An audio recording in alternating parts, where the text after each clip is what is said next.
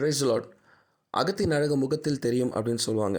ஒரு மனுஷனுடைய இருதயம் சந்தோஷமாக இருக்கா துக்கமாக இருக்குன்றத அவனுடைய முக வடிவை வைத்தே கண்டுபிடிக்கலாம் அப்படின்றது சாத்தியம் அப்படின்னு சொன்னால், ஒரு மனுஷனுடைய பண்பும் பழக்கமும் அவனுடைய நாவின் வார்த்தையினால் வெளிப்படும் அப்படின்றதும் சாத்தியம்தான்.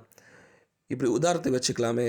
திருமணத்துக்கு ஆயத்தமாகிற அந்த திருமண மாப்பிள்ளை, கல்யாண மாப்பிள்ளை வந்து அவர் நீட்டாக ட்ரெஸ் பண்ணி நல்லா கோட் சூட்லாம் போட்டுட்டு நல்ல டை போட்டுட்டு மேட்சிங்காக ஷூ வாட்ச் பெல்ட்டெல்லாம் போட்டு பயங்கர நீட்டாக ரெடியாகி வந்துட்டு அவர்கிட்ட வந்து பேசும்போது அவர் வாயில் சாராய நாற்றம் அடிக்குதுன்னு சொன்னால், அந்த ஒரே ஒரு விஷயம் அவருடைய முழு அடையாளத்தையும் அலங்கோலமாய் நமக்கு காண்பிக்கிறது போல தான் நம்முடைய வாயின் வார்த்தைகள், நம்ம நாவிலிருந்து புறப்படுகிற வார்த்தைகள் நம்முடைய முழு அடையாளத்தையும் மாற்றிவிடும்.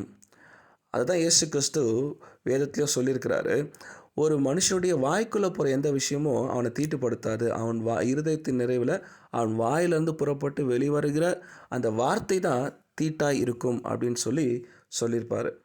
நிச்சயமாக நம்ம யோசித்து பார்த்தோம் அப்படின்னு சொன்னால், இந்த லென்த் சீசனில் நிறைய பேர் தன்னுடைய வாயை கட்டி வைக்கிறேன், நம்ம நாவை கட்டி வச்சிருக்கிறேன்னு சொல்லிட்டு எந்த டேஸ்ட் எனக்கு ரொம்ப பிரியமான டேஸ்ட்டான பதார்த்தங்களை நான் சாப்பிட மாட்டேன்னு ஒதுங்கி இருக்கிறது சந்தோஷம்.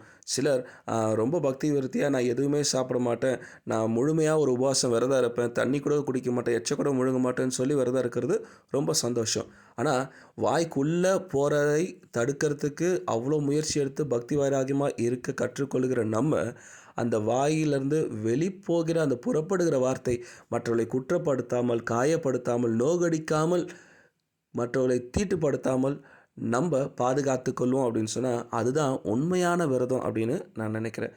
அப்போது நம்ம வாய்க்குள்ளே போகிற காரியங்களை தடுப்பது உண்மையான விரதம் இல்லை. நம்ம வாயிலேருந்து புறப்பட்டு வெளிப்போகிற வார்த்தைகளை நம்ம கண்ட்ரோல் பண்ண கற்றுக்கிறது தான் உண்மையான விரதம் அப்படின்றத நம்ம புரிந்து கொள்வது அவசியம். ஏன்னா இந்த லென்த் சீசனில் நம்ம வாயிலேருந்து நம்ம பேசுகிற வார்த்தைகள் மற்றவர்களுடைய பக்தி விருத்திக்கு பிரயோஜனமாக இருக்கா, மற்றவர்களுடைய பக்தி விருத்தியை காயப்படுத்துகிறதா இருக்கிறான்றது தான் நம்ம யோசிக்க வேண்டிய மிக முக்கியமான விஷயம். இதை தான் யாக்கோப்பு 1:26 உங்களில் ஒருவன் தன் நாவை அடக்காமல் தன் இருதயத்தை வஞ்சித்து தன்னை தேவ பக்தியுள்ளவன் என்று எண்ணினால் அவனுடைய தேவ பக்தி வீணாய் இருக்கும். ரைட். அப்புறம் நம்ம நாவின் வார்த்தைகளை நம்ம கண்ட்ரோல் பண்ணாமல் நம்முடைய உணவை மட்டும் கண்ட்ரோல் பண்ணிவிட்டு நம்ம ஃபாஸ்டிங் இருக்கிறோம்னு சொன்னால் அது வீணானதாக இருக்கும் என்பதை புரிந்து கொண்டால் வார்த்தைகளை பிரயோஜனப்படுத்துவோம். வார்த்தைகளால் ஜீவனை கொடுக்கவும் முடியும், எடுக்கவும் முடியும். ஜீவனை கொடுக்க பயன்படுத்தினால் ஆசீர்வதிக்கப்பட்டவர்களாக இருப்போம். Thank you and God bless you.